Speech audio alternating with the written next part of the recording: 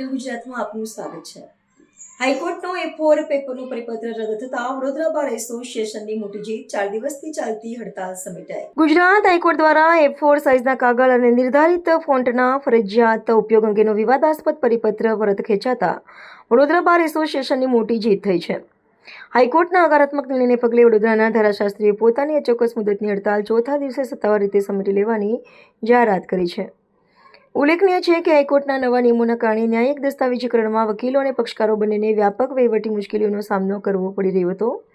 આ વ્યવહારુ અગવડોના વિરોધમાં વડોદરા બાર એસોસિએશન દ્વારા તમામ અદાલતી કામગીરીનો બહિષ્કાર કરીને ઉગ્ર આંદોલન શરૂ કરવામાં આવ્યું હતું। વકીલના મંડળની એકજૂથ લડત અને મક્કમ રજૂઆતના પરિણામે અંતે હાઈકોર્ટ પ્રશાસને આદેશ પાછો ખેંચવાનો નિર્ણય લીધો હતો। પરિપત્ર રદ થવાની સત્તાવાર જાહેરાત સાથે જ સમગ્ર કાનૂની આલમમાં હર્ષોલ્લાસનો માહોલ છવાયો હતો। સોમવારથી શહેરની તમામ અદાલતોમાં દૈનિક ન્યાયિક કામગીરી પૂર્વવત અને રાબેતા મુજબ શરૂ થઈ જશે। હડતાલના કારણે ખોરવાયેલી કાનૂની પ્રક્રિયાઓ ફરીથી વેગવંતી બનતા કોર્ટ કાર્યવાહી માટે આવતા હજારો અરજદારોને પણ આ નિર્ણયથી વહીવટી રાહત મળશે। ગુજરાત હાઈકોર્ટ દ્વારા જે પરિપત્ર બહાર પાડવામાં આવ્યો હતો તેમાં સ્થાનિક બારોને અન્યાય થઈ રહ્યો હતો।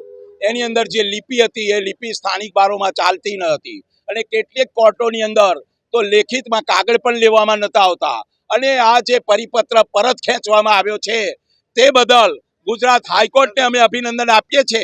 પરંતુ આ કાર્ય થવાનું મુખ્ય કારણ એ છે કે વડોદરા વકીલ મંડળના વકીલોની એકતા અને અખંડિતતા તેમજ ગુજરાતના વકીલોની એકતા અને અખંડિતતાનો વિજય થયો છે અને હાઈકોર્ટે એને સ્વીકારી અને આ પરિપત્ર પરત ખેંચ્યો છે એ બદલ હાઈકોર્ટને અભિનંદન છે।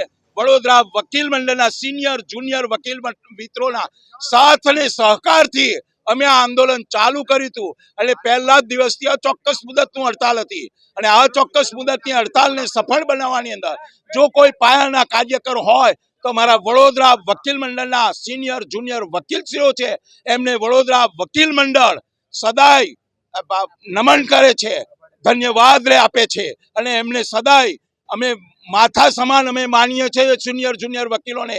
આ હડતાલને સફળ બનાવવામાં એમનો ખૂબ મોટો ભાગ છે અને એમના લીધે જ હાઈકોર્ટે આ એકતા અને અખંડિતતાને ધ્યાને લઈ અને આ પરિપત્ર પરત ખેંચ્યો છે અને વકીલોનો વિજય થયો છે અને હાઈકોર્ટે સમયસર આ પરિપત્ર પાછા ખેંચી અને એમણે પણ અમે અભિનંદન આપીએ છીએ અને નમન કરીએ છીએ।